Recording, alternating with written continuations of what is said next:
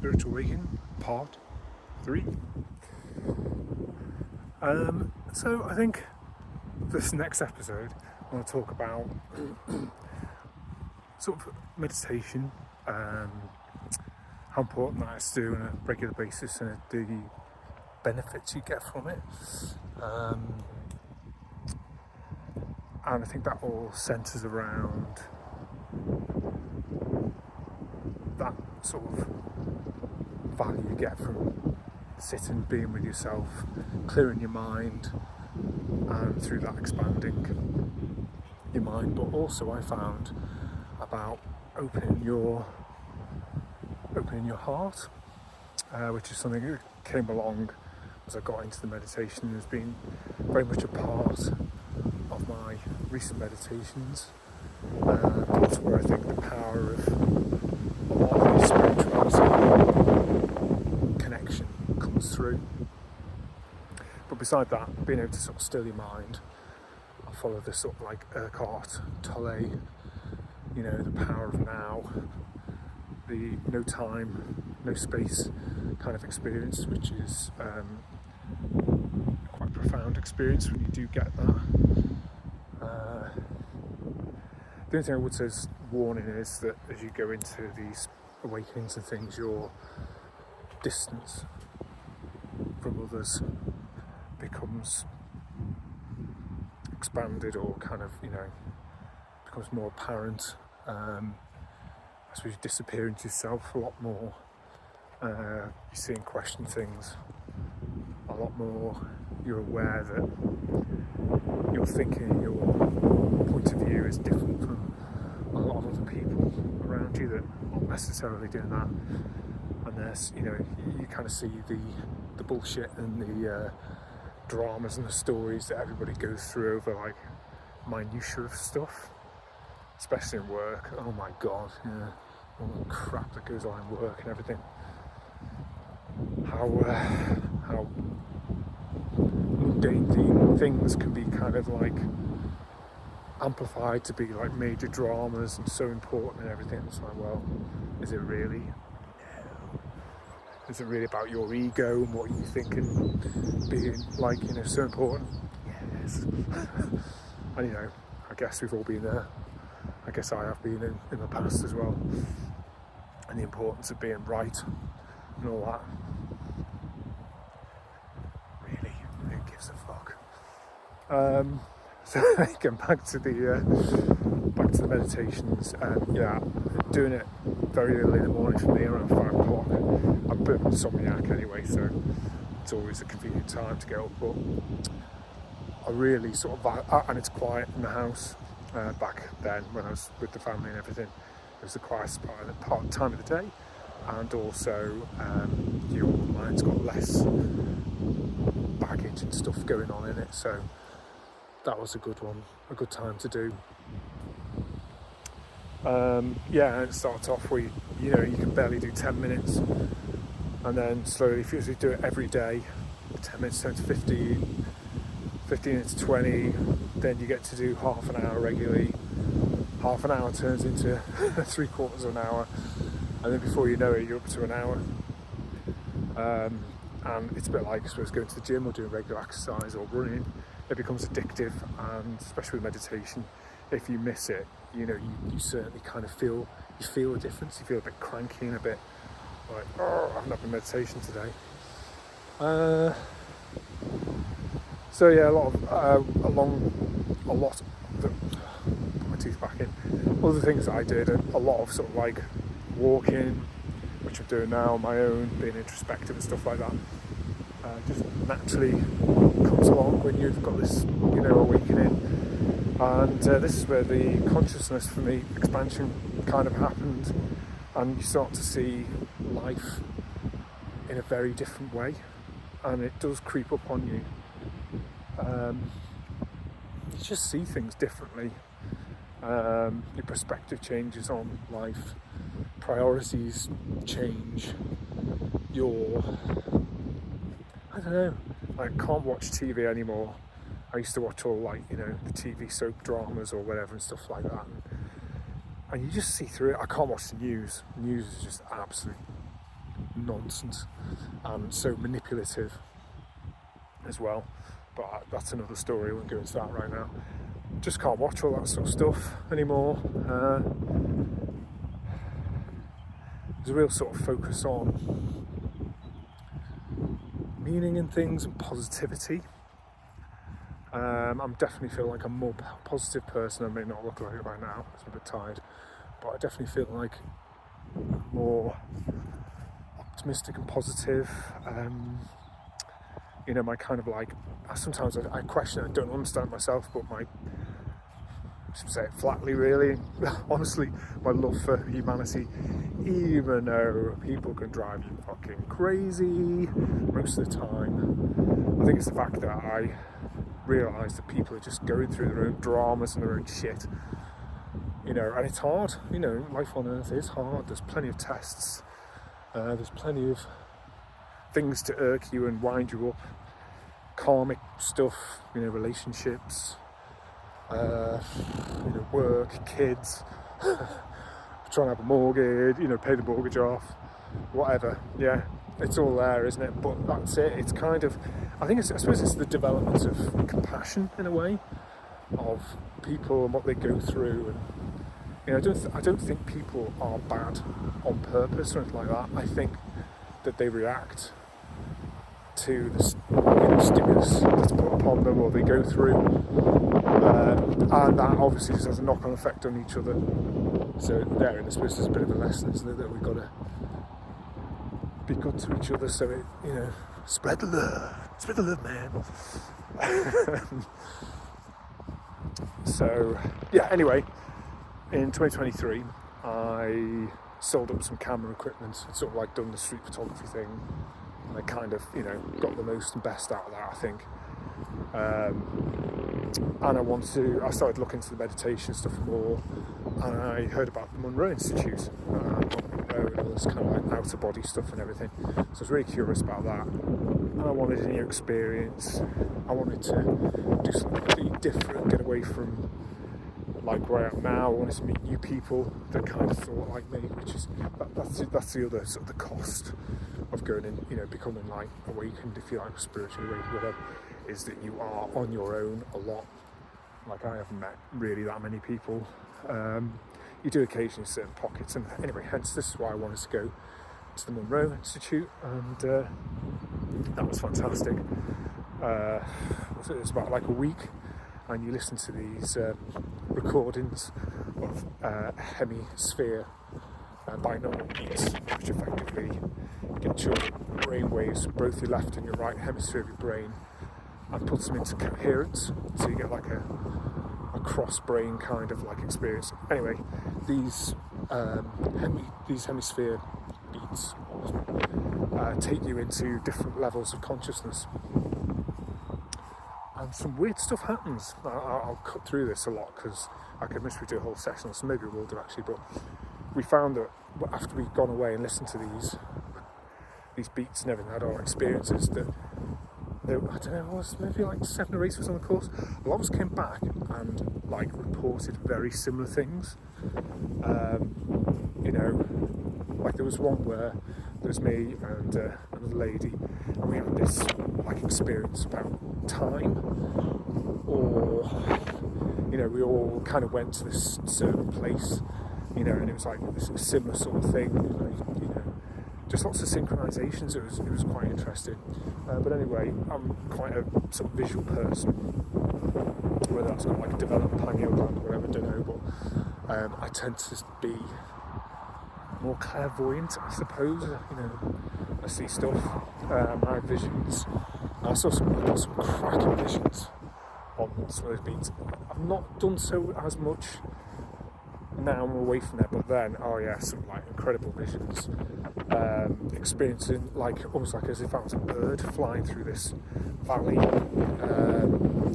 and it wasn't like a dream, it was like I could control the altitude on demand, I could like do barrel rolls, it was very visceral, and then other stuff like where I'd see these pyramids, which you can assume they're on another planet, but they were like glass pyramids, and they had all these like trees and things growing in them, meeting other beings, should we say, other people of non-human terrestrial origin. These are experiences you have and you're like, wow. Long story short, then it sort of topped it where we went to like the top level for that course, which is Focus 21, and I've been asking to sort of like meet guides and that, and I met a Victorian lady there that appeared to be my guide, certainly at that point, and she took me to a few different places, talked to me about stuff. Again, I won't go on about around here, but yeah, it was all like amazing stuff. So that was really cool. I really enjoyed that.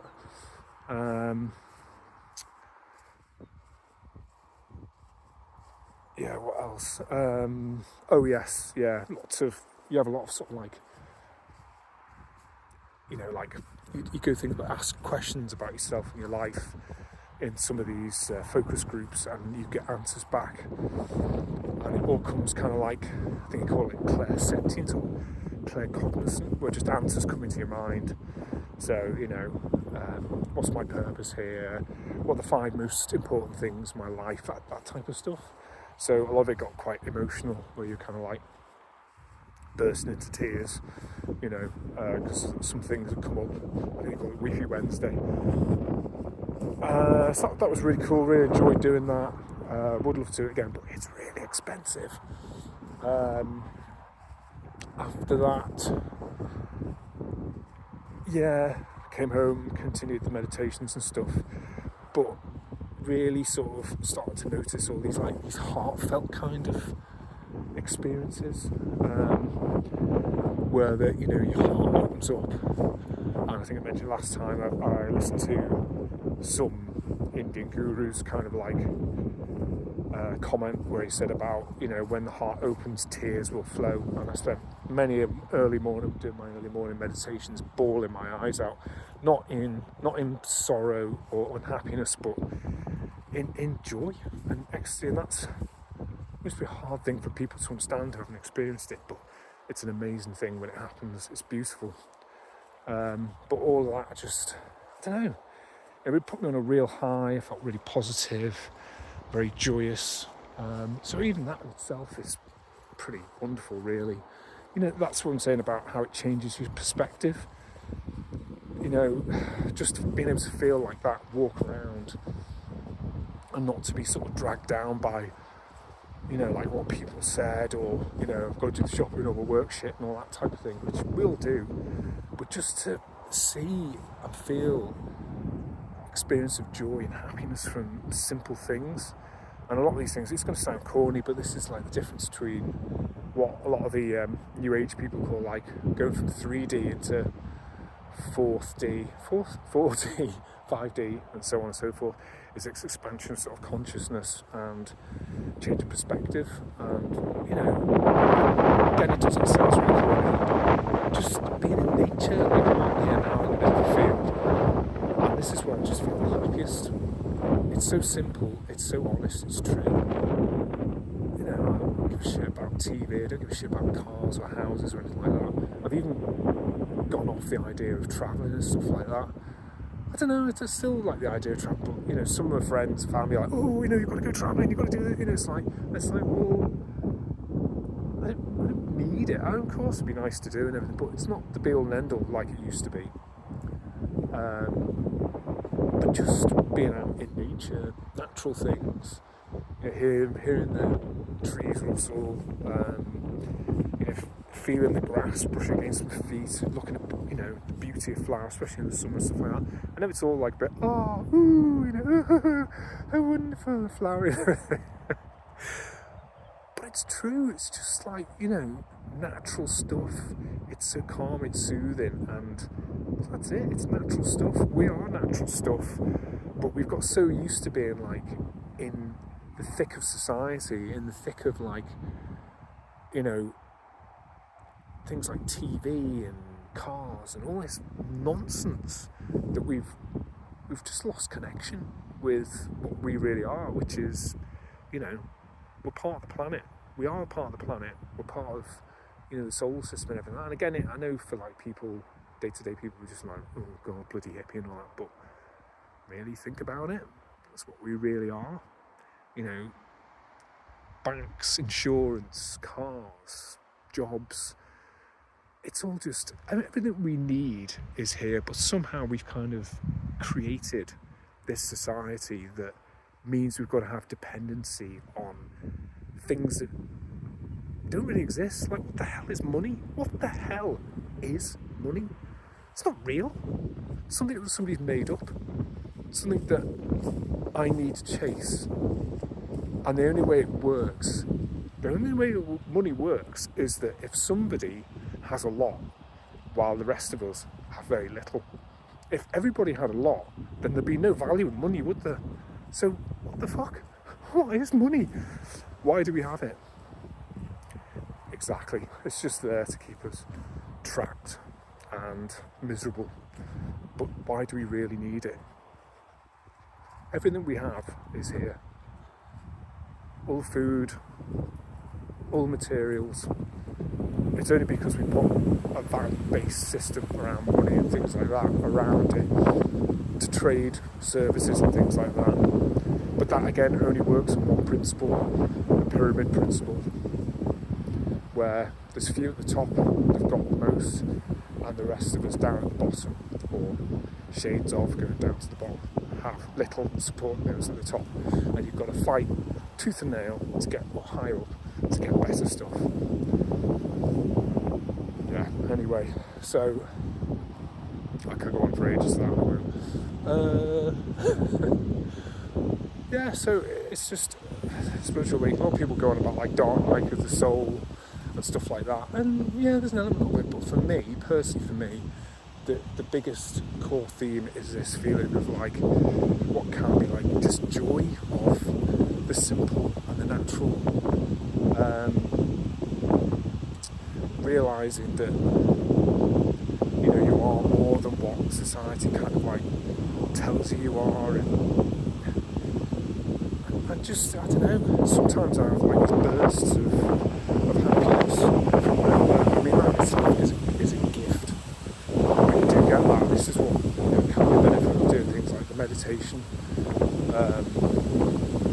free your mind and consciousness from all this other stuff. To walk around with a big daft grin on your face, happy as Larry, I mean, I must admit, lately that's kind of gone off a bit. I want to kind of get back to that, but there's other stuff going on at the moment, so yeah, that's just something I need to sort out. But I do know and remember, certainly last couple of years where I've been walking around in these fields and that, I'm just feeling a great sense of joy and happiness for nothing. Anyway, I might wrap this up, I think, because I haven't got an awful lot of storage. So I'll stick this up. I don't know if I'll do another one of these. I might do, around sort of like development of psychic skills and stuff, which comes into, again, I think it's like, synchronicity. I might do stuff on synchronicity as well, which is definitely something to talk about, and something you do kind of notice things happen. And then eventually I might do a bit on like the Arthur Findlay College, which is the kind of thing I'm doing at the moment. The whole psychic and mediumship, which is true. It works. It happens. I'm a 50-year-old bloke. Up until the pandemic, I was just like everybody else.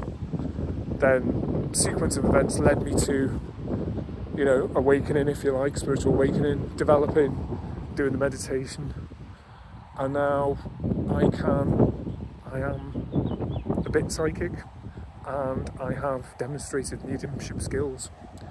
So if I can do it at the age of 50, anyone can do it. Okay, sign off till next time. I love ya.